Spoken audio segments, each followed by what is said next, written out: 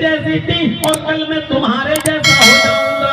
आए हड्डियों, कल तुम मेरी तरह थी और कल मैं तुम्हारे जैसा हो जाऊंगा।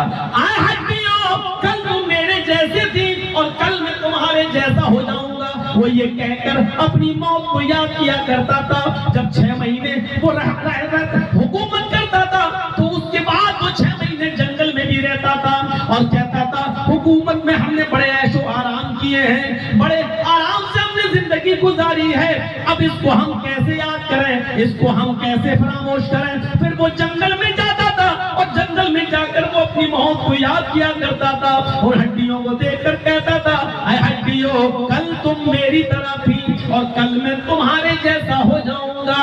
अरे हड्डियों, कल तुम्हारा हाल वो था जो आज मेरा है और कल मेरा वो हाल हो जाएगा जो आज तुम्हारा है। अरे हड्डियों, कल तुम मेरी तरह थी और कल मैं तुम्हारी तरह हो जाऊंगा। ये कह कहकर वो अपनी मौत को याद किया करता था ताकि जब कल हम फिर खिलाफत की कुर्सी पर बैठे, हुकूमत चलाएं, तो कम से कम हम लोगों के सामने आदल कर सकें और इंसाफ कर सकें। कभी हमें एहसास होता है किसी की जमीन दाबते हुए कि कल हमें भी मरना है। कभी एहसास होता है गलत फैसला करते वक्त कल हमें भी मरना है। कभी एहसास होता है तरफदारी करते वक्त फैसले में कि हम गलत फैसला कर रहे हैं, कल हमें भी अपने रब के सामने जवाब देना है। जबकि मौत का इंकार दुनिया का कोई मजहब नहीं करता है। ये अलग बात है कि मरने के बाद इंसान दोबारा जिंदा होगा या नहीं, या मरने के बाद इंसान की हैसियत क्या होगी, इसमें तो इख्तिलाफ है। ईसाइयों का और यहूदियों का और मुसलमानों का अकीदा है कि इंसान दोबारा जिंदा होगा, लेकिन हिंदू भाई ये कहते हैं कि नहीं, मरने के बाद इंसान अपने इसका इनकार करता हो, किसी न किसी शक्ल में मानता है कि मरने के बाद हमारा हिसाब किताब होगा, किसी न किसी शक्ल में उसको तस्लीम करता। हम क्यों भूले हुए हैं? हम कैसे फरामोश कर जाते हैं? जब मौत की खबर सुनो, ये पिछले साल पहले भी कर रहा था यार, हदीस के अंदर कुछ ज्यादती भी है। अल्लाहुम्मा अजिरनी फी मुसीबती वखलिफ ली खैरम मिन्हा।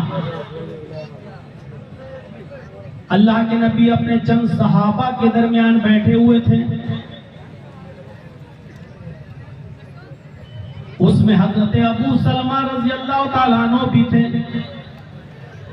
अल्लाह के नबी सल्लल्लाहु अलैहि वसल्लम ने उस दर्स देते हुए उस सहाबा की मीटिंग में फरमाया कि जब किसी के ऊपर कोई मुसीबत आ जाए या किसी का कोई रिश्तेदार फौत हो जाए, जब किसी के इंतकाल की खबर सुनो या कोई मुसीबत किसी के ऊपर आए, तो वो ये दुआ पढ़ लिया करे, इन्ना लिल्लाहि व इन्ना इलैहि राजिऊन, अल्लाहुम्मा अजिरनी फी मुसीबती वखलिफ ली खैरम मिन्हा।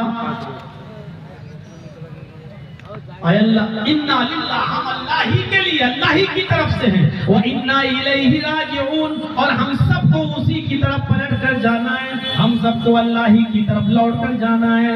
इसके बाद दुआ के जुमलों पर गौर कीजिएगा, अल्लाहुम्मा अजिरनी फी मुसीबती, अल्लाह जो मेरे ऊपर मुसीबतों का पहाड़ टूटा है, इसमें मुझे बेहतर अजर अता फरमा, इसमें मुझे बेहतरीन बदला अता फरमा, वखलिफ ली खैरम मिन्हा, और मुझे इससे बेहतर बदल अता फरमा, इससे अच्छा बदल मुझे अता फरमा।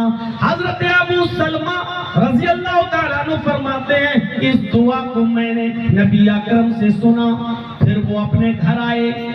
उम्मे सलमा इस हदीस की राविया हैं, फरमाती हैं कि मेरे शौहर जब मेरे घर पे आए तो उन्होंने मुझे भी ये दुआ बताई। कहा क्या है उम्मे सलमा, अल्लाह के नबी सल्लल्लाहु अलैहि वसल्लम ने आज मुझे सबको के सामने एक दुआ पढ़ के बताई है। वो दुआ ये है कि जब किसी के ऊपर कोई मुसीबत आ जाए, मुसीबत टूट पड़े, तो उसको ये दुआ पढ़ना चाहिए, इन्ना लिल्लाहि व इन्ना इलैहि राजिऊन, अल्लाहुम्मा अजिरनी फी मुसीबती वखलिफ ली खैरम मिन्हा। हजरत उम्मे सलमा कहती हैं, मेरे शौहर ने जब मुझे ये दुआ बतलाई तो ये दुआ मैंने याद कर ली। अब देखिए दुआ का असर क्या होता है। मैंने इस दुआ को याद कर लिया, ये दुआ मैंने याद कर ली, फिर किसी हादसे में कुछ सालों के बाद फिर किसी हादसे में मेरे शौहर का इंतकाल हो गया। अबू सलमा इस दुनिया से रुखसत हो गए।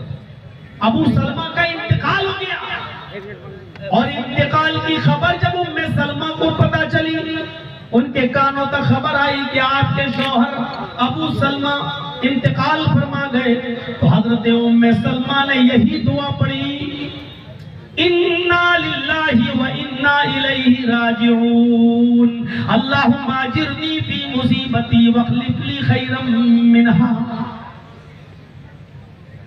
उम्मे सलमा फरमाती हैं कि मेरे शौहर का इंतकाल मेरे लिए पहाड़ बनकर गुजरा। मैं उनकी